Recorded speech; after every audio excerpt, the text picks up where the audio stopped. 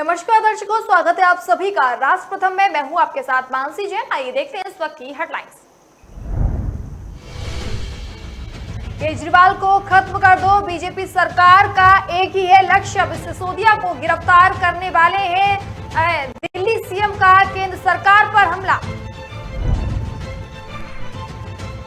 छात्रों में भारत को नंबर 1 देश बनाने की भावना जगाएं, केजरीवाल ने शिक्षकों से कहा। पीएफआई पर बैन के बाद अलर्ट पर दिल्ली पुलिस, दंगों की आशंका, कई इलाकों में किया गया जवानों द्वारा फ्लैग मार्च। गहलोत के बाद अब दिल्ली पहुंचे दिग्विजय सिंह, पार्टी अध्यक्ष पद के चुनाव के लिए आज करेंगे नामांकन दाखिल। प्रियंका गांधी वाड्रा को बनाया जाए पार्टी अध्यक्ष के चुनाव में उम्मीदवार, वे सर्वश्रेष्ठ प्रत्याशी, कांग्रेस का कहना।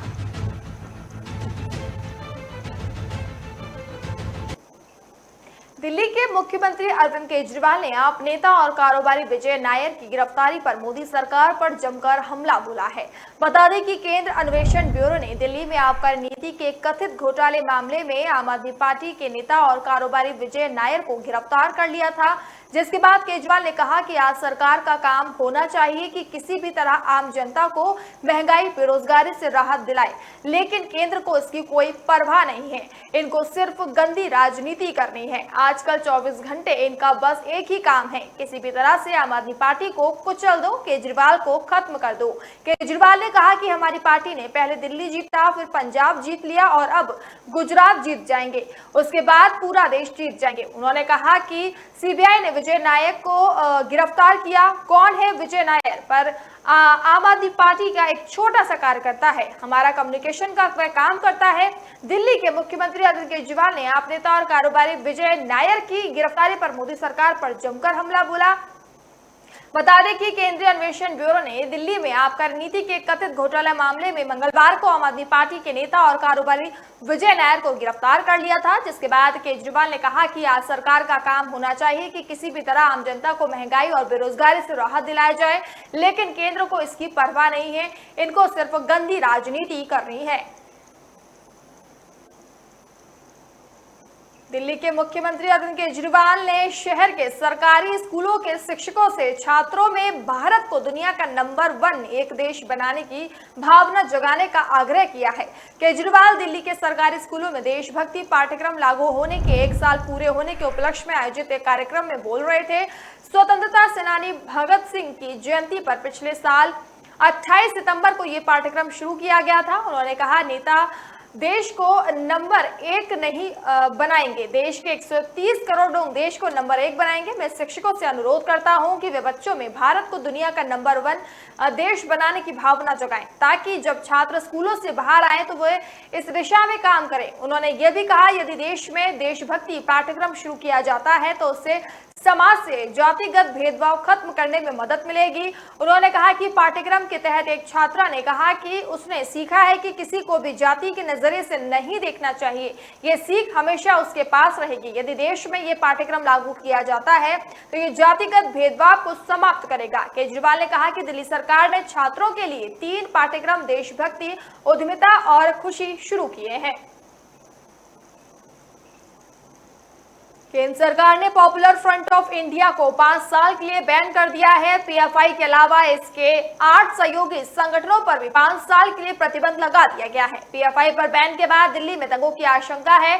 दिल्ली में पुलिस अलर्ट पर है और किसी भी तरह की स्थिति से निपटने के लिए तैयार है। उत्तर पूर्वी दिल्ली में पुलिस के 250 जवानों ने मॉक ड्रिल के दौरान पुलिस के जवानों ने आंसू गैस के गोलों का इस्तेमाल भी किया। इसके साथ ही संवेदनशील इलाकों में फुट पेट्रोलिंग भी की गई। इसके अलावा वाटर कैनर, मल्टी बैरल लॉन्चर समेत कई एक्सरसाइज की गई। एक्सरसाइज के दौरान दंगा जैसे हालात से निपटने के लिए पुलिस को क्या करना चाहिए, इमरजेंसी रिस्पांस प्लान में भी इसका अभ्यास किया गया। ये एक्सरसाइज ज्योतिनगर, जाफराबाद और सीलमपुर के संवेदनशील इलाकों में की गई। कांग्रेस के वरिष्ठ नेता दिग्विजय सिंह रात को केरल से दिल्ली पहुंचे, जहां वे पार्टी अध्यक्ष पद के चुनाव के लिए अपना नामांकन दाखिल कर सकते हैं। सूत्रों ने ये जानकारी दी है। दिग्विजय सिंह आज पार्टी कार्यालय पहुंचेंगे और नामांकन पत्र लेंगे। हालांकि सभी औपचारिकताएं पूरी हो चुकी है, लेकिन वो 30 सितंबर को अपना नामांकन पत्र जमा करेंगे, क्योंकि सेंट्रल इलेक्शन अथॉरिटी अध्यक्ष फिलहाल दिल्ली से बाहर हैं। अखिल भारतीय कांग्रेस कमेटी महासचिव के सी वेणुगोपाल भी केरल से दिल्ली आने वाली उसी उड़ान में थे जिसमें सिंह सवार हुए।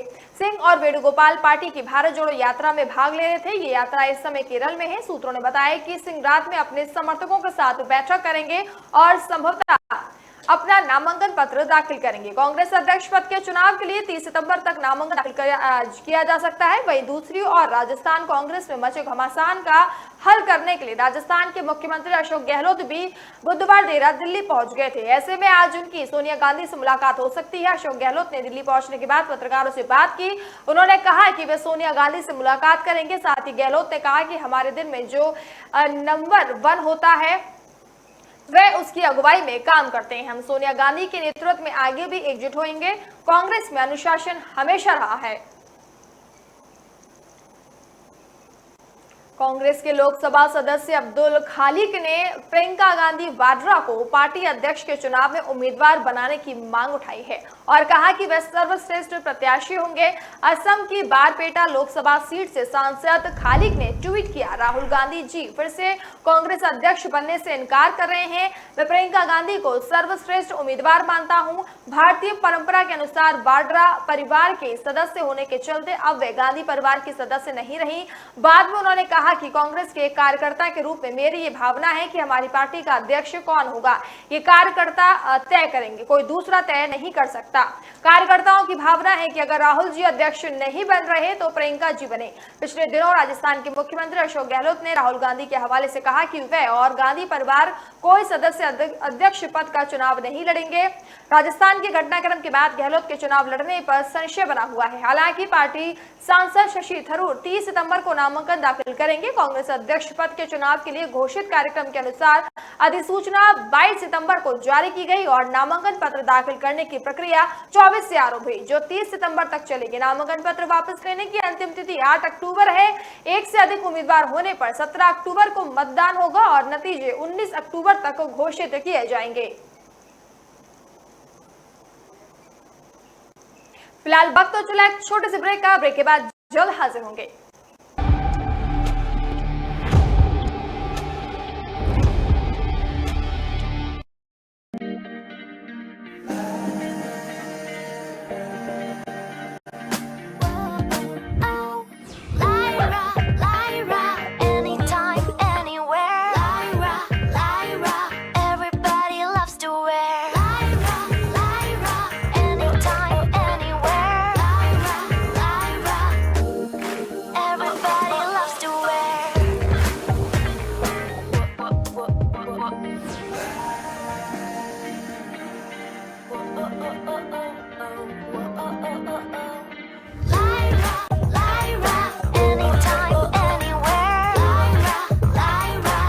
My life, my Lyra.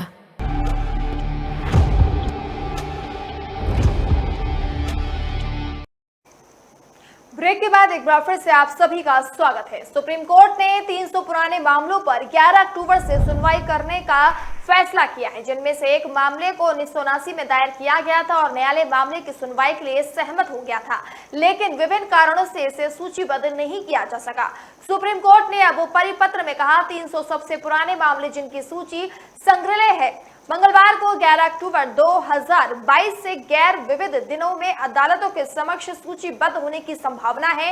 इन 300 मामलों में से 1979 में भारत संघ द्वारा नव भारत फेरोए एलॉयज लिमिटेड और अन्य के खिलाफ दायर एक दीवानी अपील सबसे पुरानी है। जब से न्यायमूर्ति यूयू ललित ने प्रधान न्यायाधीश के रूप में कार्यभार संभाला है, वर्षों से लंबित पड़े पुराने मामलों के निपटने का ध्यान उन पर केंद्रित किया गया है। सुप्रीम कोर्ट ने कहा कि 5 न्यायाधीशों की एक और संविधान पीठ का गठन किया गया जो 5 महत्वपूर्ण मामलों की सुनवाई करेगी, जिनमें नोटबंदी के फैसलों को चुनौती संबंधित याचिकाएं भी शामिल हैं। अभी 5 सदस्यीय 3 संविधान पीठ वर्षों से लंबित विभिन्न मामलों की सुनवाई कर रही है, जिनकी अध्यक्षता प्रधान न्यायाधीश ललित न्यायमूर्ति DY चंद्रचूड़ और न्यायमूर्ति संजय किशन कौल कर रहे हैं।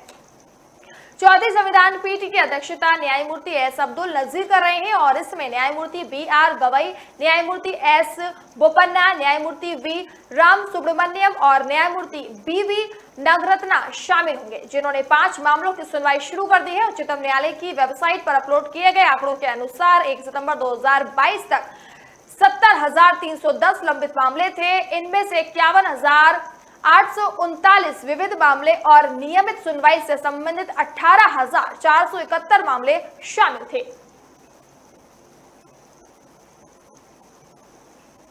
देश में एक बार फिर से कोरोना मामलों में मामूली बढ़ोतरी देखने को मिली है। बीते 24 घंटे में देश में कोरोना के 4,272 नए मामले सामने आए हैं, जबकि 27 लोगों की मौत हुई है। इसमें से पहले बुधवार को देश में कोरोना संक्रमण के 3,615 नए मामले दर्ज किए गए थे, जबकि 22 लोगों की मौत हुई। वहीं कल के मुकाबले आज नए संक्रमित मरीजों की दैनिक संख्या में 657 की बढ़ोतरी दर्ज की गई है। स्वास्थ्य मंत्रालय की ओर से आज सुबह जारी आंकड़े के मुताबिक 4,474 लोग कोरोना वायरस को मात देने में कामयाब रहे। इसके साथ ही देश में कोरोना के एक्टिव केस की संख्या घटकर 40,750 रह गई। पिछले 24 घंटे में एक्टिव केस की संख्या में 229 की कमी दर्ज की गई। इसके साथ ही देश में कुल कोरोना संक्रमितों की संख्या बढ़कर 4,45,43,550 हो गई है, जबकि ठीक होने वालों की संख्या बढ़कर कुल 4,40,13,999 पहुंच गई है। वहीं देश में अब तक कुल 5,28,611 लोग कोरोना वायरस से संक्रमण की वजह से दम तोड़ चुके हैं। स्वास्थ्य मंत्रालय की ओर से दी जानकारी के मुताबिक अब तक वैक्सीनेशन का आंकड़ा 218,17,54,748 हो गया है। वहीं पिछले 24 घंटे में 21,63,248 लोगों को कोरोना वैक्सीन की डोज भी लगाई जा चुकी है।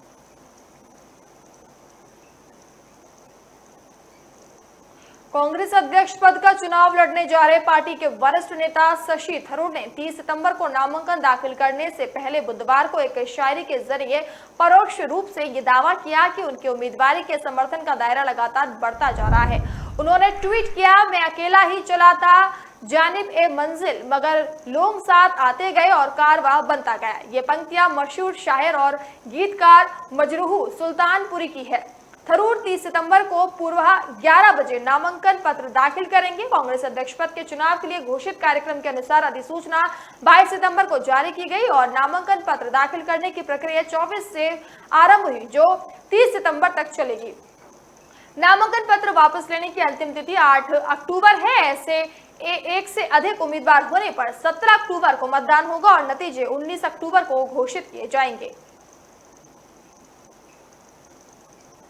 जम्मू कश्मीर के उधमपुर में 8 घंटे के भीतर 2 बसों में धमाके हुए। बुधवार रात एक पेट्रोल पंप पर खड़ी एक खाली बस में पहला विस्फोट हुआ, जिसमें 2 लोग घायल हो गए। वहीं गुरुवार सुबह 6 बजे करीब उधमपुर बस स्टैंड में खड़ी एक बस में जोरदार विस्फोट हुआ, जिसकी गूंज दूर तक सुनाई दी। उधमपुर में 8 घंटे में ये दूसरा विस्फोट हुआ। जम्मू कश्मीर के ADGP मुकेश सिंह ने बताया कि उधमपुर के डोमेल चौक पर पेट्रोल पंप के पास बीती रात करीब 10:30 बजे पेट्रोल पंप पर खड़ी एक बस में धमाका हुआ था। ठीक वैसा ही दूसरा धमाका गुरुवार यानी आज सुबह 6 बजे पुराना बस स्टैंड के पास खड़ी एक बस में हुआ, जिसमें किसी के हताहत होने की कोई सूचना नहीं है। हालांकि विस्फोट के पास खड़े अन्य वाहन भी क्षतिग्रस्त हो गए। विस्फोट की पहली घटना में घायलों को उधमपुर जिला अस्पताल में भर्ती कराया गया। घटना के तुरंत बाद पुलिस और सुरक्षा कर्मी मौके पर पहुंचे। DIG सुलेमान चौधरी ने बताया कि विस्फोट के कारणों का अभी तक पता नहीं चला है, हम मामले की जांच कर रहे हैं। अधिक जानकारी की प्रतीक्षा है। ये विस्फोट किस वजह से हुआ अभी इसका पता नहीं चला है। जम्मू कश्मीर पुलिस जांच में जुट गई है। दोनों दुर्घटना स्थलों के बीच 4 किलोमीटर की दूरी है। केंद्र सरकार ने नई दिल्ली मुंबई के छत्रपति शिवाजी टर्मिनल स्टेशन और अहमदाबाद रेलवे स्टेशन के पुनर्विकास के प्रस्ताव को मंजूरी दे दी है। रेल मंत्री वैष्णव के मुताबिक नई दिल्ली रेलवे स्टेशन पर ट्रेन सेवाओं को बसों, ऑटो और मेट्रो रेल की सेवाओं के साथ जोड़ा जाएगा। उन्होंने बताया कि अहमदाबाद का रेलवे स्टेशन मुडेरा के सूर्य मंदिर से प्रेरित होगा। उन्होंने कहा कि मुंबई के छत्रपति शिवाजी टर्मिनल स्टेशन को नहीं छुआ जाएगा, लेकिन आसपास के भवनों का पुनर्विकास किया जाएगा। वैष्णव ने बताया कि रेल के साथ प्रधानमंत्री नरेंद्र मोदी का भावनात्मक जुड़ाव है, इसीलिए सरकार सुरक्षा, यात्री सुविधाओं तक रेलवे के हर आयाम पर ध्यान दे रही है। रेल मंत्री ने बताया कि पर्याप्त पार्किंग सुविधाओं के साथ यातायात के सहज संचालन के लिए मास्टर प्लान तैयार किया गया है। इसमें परिवहन के अन्य साधनों जैसे ऑटो, बस आदि के साथ एकीकरण का प्रस्ताव। उन्होंने कहा कि शहर के भीतर स्थित सभी रेलवे स्टेशनों पर सिटी सेंटर जैसी जगह होंगी। उन्होंने कहा कि इन रेलवे स्टेशनों को आरामदेह बनाने के लिए पर्याप्त रोशनी, रास्ता बनाने वाले संकेतक, लिफ्ट या एक्सीलेटर भी लगाए जाएंगे। रेल मंत्री ने बताया कि देश में 199 रेलवे स्टेशनों के पुनर्विकास के प्रस्ताव पर काम चल रहा है। इनमें से 47 स्टेशनों के काम के लिए निविदा जारी की गई है और 32 पर काम चालू भी हो चुका है। इन स्टेशनों के विकास से रोजगार के 35,744 नए अवसर सर्जित होंगे। इससे दैनिक यात्रियों को बेहतर अनुभव मिलेंगे और निवेश व अतिरिक्त कारोबारी अवसर के माध्यम से स्थानीय अर्थव्यवस्था मजबूत होगी। रेल मंत्री ने कहा कि एक ही स्थान पर सभी यात्री सुविधाओं के साथ खुदरा कैफेटेरिया, मनोरंजन सुविधाओं के लिए एक विशाल रूफ प्लाजा बनाया जाएगा। ये 36, 72 और 108 मीटर का होगा। इसमें फूड कोर्ट, छोटे बच्चों के खेलने के लिए छोटी सी जगह, स्थानीय उत्पादों की बिक्री के लिए एक स्थान होगा। उन्होंने कहा कि इसमें साफ सफाई पर खास ध्यान दिया जाएगा और दिव्यांगों की सुविधाओं का भी पूरा ध्यान रखा जाएगा। फिलहाल वक्त तो चला एक छोटे से ब्रेक का। ब्रेक के बाद जल्द हाजिर होंगे।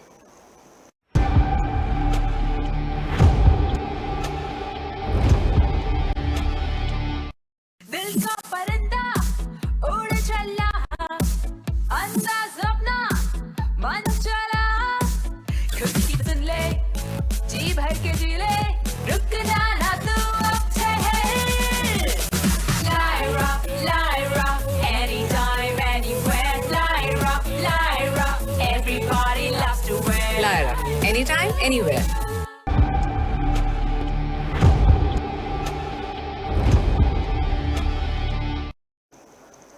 ब्रेक के बाद एक बार फिर से आप सभी का स्वागत है। दिल्ली वक्फ बोर्ड में कथित अनियमितताओं से जुड़े मामले में दिल्ली की एक कोर्ट ने अब विधायक को जमानत दी। जमानत मिलने के बाद अमानतुल्लाह खान के ट्विटर हैंडल से ट्वीट करते हुए उनकी टीम ने कहा कि सच की जीत हुई। दिल्ली की राउत एवेन्यू कोर्ट ने अब विधायक अमानतुल्लाह खान को 1 लाख रुपए की जमानती मुचलके और इतनी ही राशि की जमानत पर दे दी है। अब विधायक को 16 सितंबर को एसीबी ने गिरफ्तार किया था। इसके बाद उन्हें 4 दिन और 5 दिन की एसीबी कस्टडी में लिया गया। 26 सितंबर को अमानतुल्लाह खान को 14 दिन की न्यायिक हिरासत में भेजा गया था। 27 सितंबर को अमानतुल्लाह की जमानत पर दोनों पक्षों की बहस पूरी हुई थी, जिसके बाद 28 सितंबर की दोपहर 3:30 बजे के लिए ऑर्डर रिजर्व रखा गया था। गौरतलब है कि दिल्ली की अदालत ने दिल्ली वक्फ बोर्ड में कथित अनियमितताओं से जुड़े मामले में अमानतुल्लाह खान की जमानत याचिका पर अपना आदेश मंगलवार को सुरक्षित रख लिया था। विशेष न्यायाधीश विकास ढुल ने कहा था कि फैसला बुधवार को सुनाया जाएगा। मंगलवार को अमानतुल्लाह खान की ओर से पेश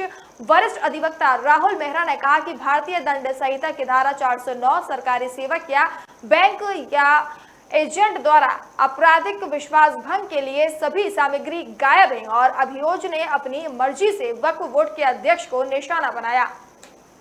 मेहरा ने यह भी कहा था कि किसी भी नियम का उल्लंघन नहीं किया गया और ये आरोप प्रक्रियागत खामी है। उन्होंने कहा कि कानून का कोई दुरुपयोग नहीं हुआ और न ही प्रथम दृष्टया इसका कोई सबूत है।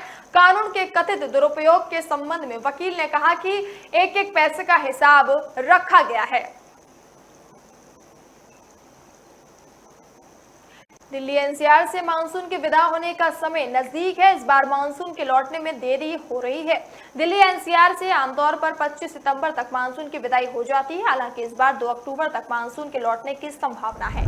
मानसून की वापसी का सुनकर आपको ये लग रहा होगा कि अब शायद दिल्ली एनसीआर में फिलहाल बारिश नहीं होगी, लेकिन ऐसा नहीं है। अगर दिल्ली एनसीआर से 2 अक्टूबर को मानसून की विदाई भी हो जाती है तो उसके बाद भी बारिश की संभावना बनी रहेगी।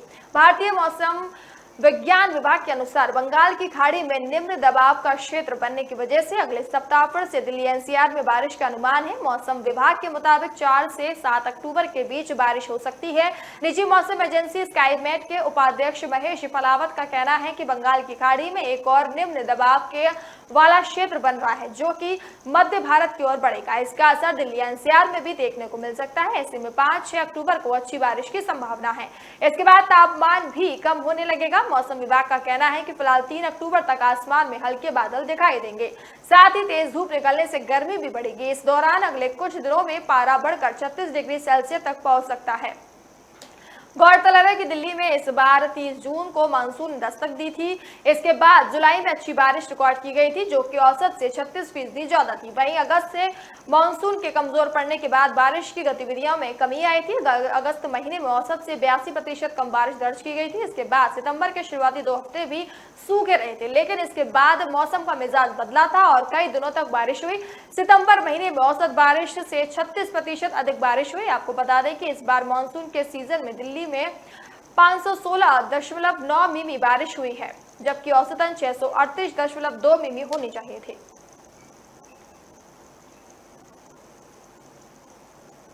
दिल्ली पुलिस को एक बड़ी कामयाबी हासिल हुई है। पिछले महीने राजधानी में हुई एक होटल कारोबारी और रिलायटर की हत्या के आरोपी को गिरफ्तार कर लिया गया है। इस आरोपी को गिरफ्तारी को लेकर दिल्ली पुलिस ने कहा कि हरियाणा के झज्जर निवासी प्रदीप मोर बुराड़ी के कारोबारी अमित गुप्ता की हत्या में भी शामिल था। आरोपी प्रदीप मोर को पुलिस ने बाहरी दिल्ली के अलीपुर इलाके से गिरफ्तार किया है। पुलिस ने आरोपी के पास से 9 mm की पिस्तौल, 9 जिंदा कारतूस और एक खाली राउंडर बरामद किया है। इस गिरफ्तारी को लेकर डीसीपी देवेश कुमार मल्हा ने कहा कि आरोपी मोर को एक गुप्त सूचना के बाद गिरफ्तार किया गया। वे और एक सहयोगी किसी की कथित हत्या की वारदात को अंजाम देने के लिए अलीपुर आ रहे थे। इस सूचना के आधार पर एक टीम का गठन किया गया और एक जाल बिछाया गया। जब आरोपी मोर को उसके साथी के साथ देखा गया तो पुलिस ने उसे रोकने का इशारा किया, लेकिन उसने हवा में फायरिंग की। हालांकि हमारी टीम ने स्थानीय लोगों की मदद से उसे पकड़ लिया, लेकिन उसका साथी भाग गया। डीसीपी महिला ने बताया कि मोर 2017 में जेल में मिलने के बाद दिनेश कराला से जुड़ा था। अब आरोपी के खिलाफ हत्या के प्रयास और आर्म्स एक्ट का मामला दर्ज किया गया है। बता दें कि उत्तरी दिल्ली के बुराड़ी में 2 हमलावरों ने कारोबारी अमित गुप्ता को अगस्त में कथित तौर पर गोली मार दी थी। इस वारदात में शामिल एक आरोपी अमित यादव उर्फ राहुल को इस महीने की शुरुआत में गिरफ्तार किया गया था।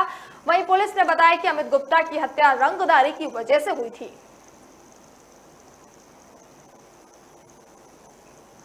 बारिश के बाद यमुना का जलस्तर तेजी से बढ़ रहा है। रात तक इसके खतरे के निशान से ऊपर चले जाने की संभावना। इसको देखते हुए लोहे के पुल को पूरी तरह बंद कर दिया गया। पुल पर रेल और रोड दोनों तरह के ट्रैफिक की आवाजाही पूरी तरह से रोक दी गई। इसके चलते लोगों को काफी दिक्कतों का सामना करना पड़ रहा है।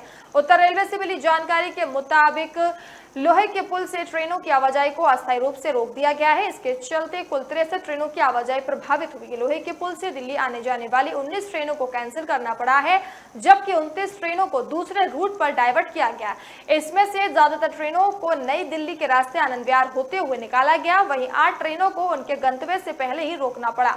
7 ट्रेनों को उनके वास्तविक स्थान के बजाय किसी अन्य स्थान से चलाया गया। लोकल ट्रेनों की आवाजाही सबसे ज्यादा प्रभावित हुई, जिसमें मेमू, डेमू और ईएमयू जैसी ट्रेनों से नजदीकी इलाकों गाजियाबाद, मेरठ, साहिबाबाद, शामली, सहारनपुर, सोनीपत, पानीपत, पलवल और अलीगढ़ जाने वाले यात्रियों को काफी परेशानियां झेलनी पड़ी। जिन ट्रेनों को कैंसिल किया गया उनमें दिल्ली सहारनपुर मेमू, दिल्ली सहारनपुर जनता express, Delhi Ghaziabad special, Delhi Aligarh express और दिल्ली शामली एक्सप्रेस शामिल हैं।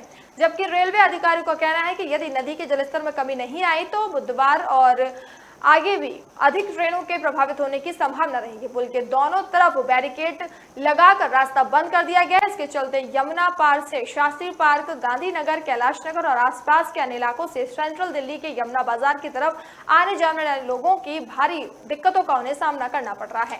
पैदल साइकिल सवार और रिक्शा चालकों को भी काफी परेशानी हुई। कुछ लोग बैरिकेड हटाकर पुल पार करते नजर आए, जिसके बाद पुल सुरक्षा बढ़ा दी गई है।